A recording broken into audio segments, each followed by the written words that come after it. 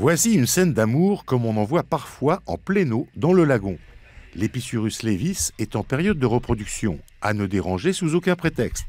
L'espèce est très venimeuse, comme tous les serpents marins, à l'exception de celui-ci. Donc ça, c'est une femelle qui a mis bas il n'y a pas longtemps, certainement, et qui n'a pas de réserve. Donc celle-là, il faut la relâcher rapidement. D'accord. Tu reconnais bien, serpent à tête de tortue, quand même. La grande écaille, là. Tu vois, la grande écaille sous l'œil. Celui-ci n'est pas venimeux, mais vous voyez que je mets quand même des gants pour les manipuler, parce que c'est toujours mieux de mettre des gants pour manipuler les serpents. Même moi qui connais, qui sais que cette espèce n'est pas venimeuse, il peut arriver que je me trompe, que je fasse une erreur.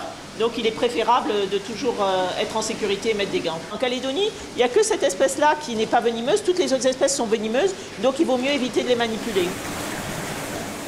On étudie les serpents à tête de tortue, qui sont les petits serpents pas venimeux noirs qu'on voit beaucoup à la baie des Citrons. Et depuis 2 ans, avec l'aquarium, on fait un programme d'études sur des gros serpents venimeux qu'on appelle Hydrophis major.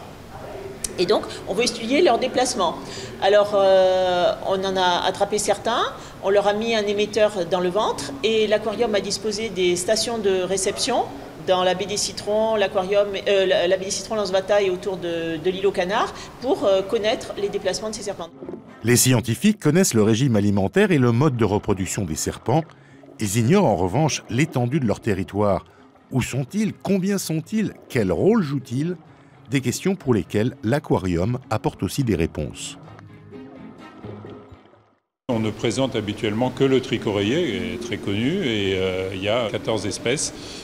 Donc on profite de cette occasion pour en faire connaître le plus grand nombre aux Calédoniens, les dangers qui existent, même s'ils ne sont pas énormes, et puis savoir les reconnaître, et puis ne pas en avoir peur, parce que finalement les risques sont quand même relativement faibles.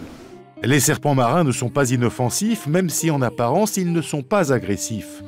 Les accidents sont rarissimes, seulement 7 envenimations depuis l'an 2000, aucune d'entre elles ne fut mortelle.